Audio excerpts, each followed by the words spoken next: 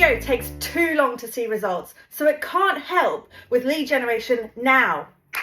That is absolutely not true, and I'm going to talk you through why that is.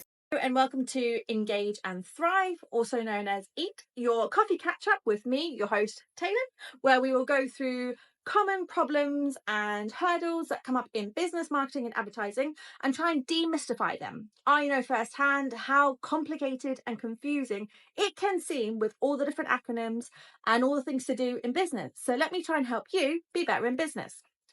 First things first, let's start with grabbing a coffee. I know that SEO is a long game situation, and by no means in the strategy and takeaways that I'm going to give you am I trying to say that SEO could replace anything short and quick, because it's not a short and quick solution. That's something just to clarify up front.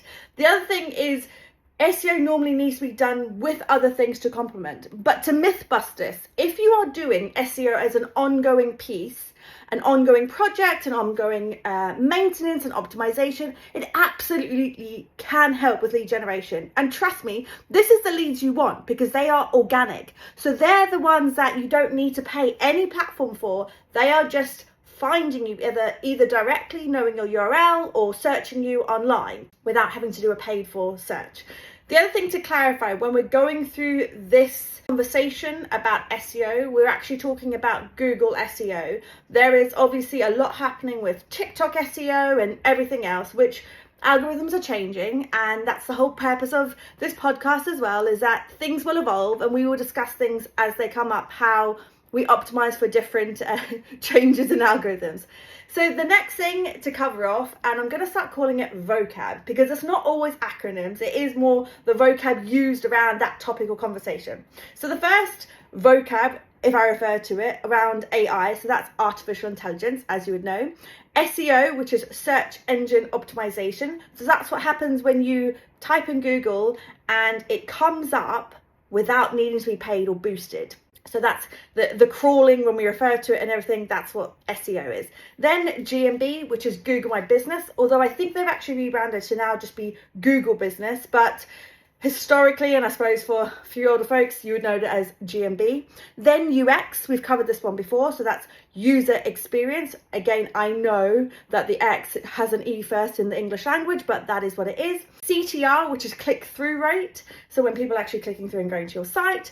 And CRO, which is conversion rate optimization, so how you're actually working on what's happening on your pages and on your sites and everything. But again, that's definitely a chunky another episode, and I'll put in the show notes and people can vote if that's something that we want to discuss next. So today we're actually going to go through 4, let's call them tactics, about how you can work on your SEO on your website now to help with lead generation. So number 1 to start with is existing user experience. So the first thing to look at is actually, what is the user experience on your website? How easy is it for people to actually submit a lead form or contact you or get any other information about you? You know, speak to someone now. Do you have a chat?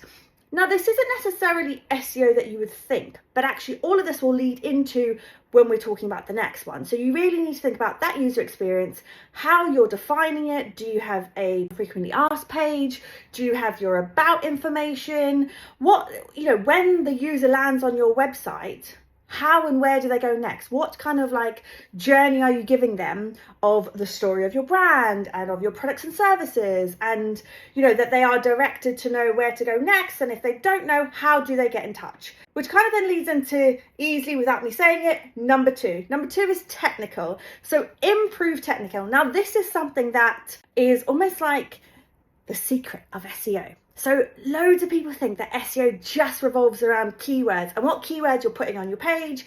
And obviously black hack tricks in the old days was keyword stuffing, which just makes me cry when I see that. And people think, okay, so you need to have the keywords in, the page or the blog post you're writing about, and then titles and meta descriptions, fine. But there's other parts to it as well. So the things that matter as well is how you name your photos. Do they match that page and article? Where else are they being used on your website? Even down to having your brand name in your file name of your photo helps.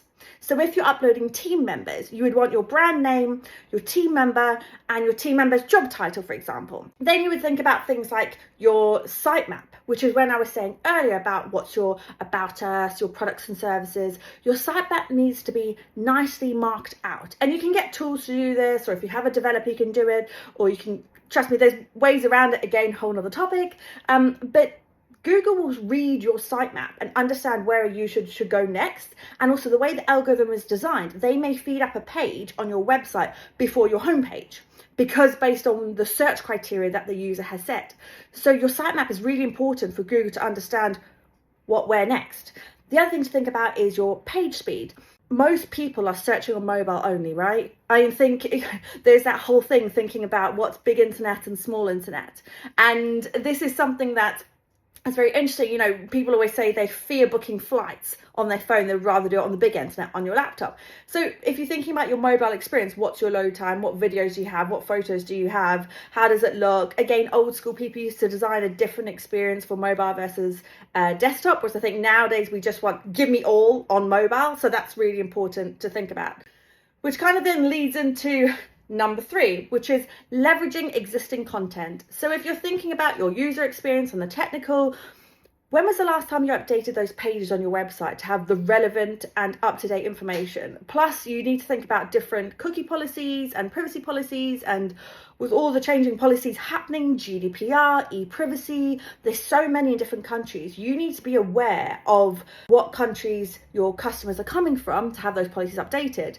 But to kind of give the other side of it, leveraging existing content, thinking of where those customers are coming from, demographic and geographic, how is your content speaking to them? What focus keywords are you thinking about? So if you have a product or service, and you know, if you were supplying software, you wouldn't have a focus of a keyword to say software services. You would actually go into niche down into your market. So think about long tail keywords, and that would then be more targeted for your demographic. The other thing to think about, you know, if you're thinking about English language, is it British English or American English that you're targeting? Think about those countries, which kind of then also leads into number 4, which is optimizing for local. So if there is anything that you can do, the obvious one being like, okay, if you're going to that geographical market, do you need translations? That would be like the obvious of what people would talk about for optimizing for local. But actually optimizing for local is also thinking about the language aspect. Is there slang? Is there colloquialisms? Is there other terms of reference that people use? Is there competitors that you want to use as part of your conversation? So again, use an example of if it was software, a lot of people would want to compare and understand the differences. So you'll see on a lot of software websites, it'll say like how we're different to this software, and they'll have a comparison page. Now, obviously you're using your competitors' keywords, which means you can help with like rankings, but the whole point is actually to, again, thinking about that end customer and their experience and their information. They are likely to have your browser open and someone else's browser open, so why not? If you offer a product, what's your like add-ons that you can do? What's your shipping cost? What's your like everything that's localizing to them in that market, which also feeds into Google Business. So if you have a Google Business profile, how do you pull that in for your if you have a shop, your storefront, your opening time, again for local as well, phone numbers that you might have, so localized dialing codes, which kind of also the final point, the bonus point, I like to call matchy. So Google obviously owns Google Business and YouTube and a few other products, but those are the ones really you want to be thinking about. So the same could be said for Meta and their product suite, and when we talk about social media in that aspect, Google likes things to match in their suite, right? So if you're using any videos on your website, pull in a YouTube video, and also make sure the information you're putting in your YouTube description matches what your website's saying about your business, which also is everything else that you're using for social and stuff. Make sure that is all matching to pull in, again, a whole nother conversation about off-page SEO, to pull in of what's saying on your website. But all in all, the whole thing is to say is, yes, SEO can contribute to leads. Yes, it is a long-term game, but don't forget about it, because this is your your bread and butter, your best ones that you can get, and honestly, your cheapest leads possible. This is where you want everything. So don't forget about SEO. Keep it as an ongoing. And thank you for joining me for another episode of Engage and Thrive, and see you next week.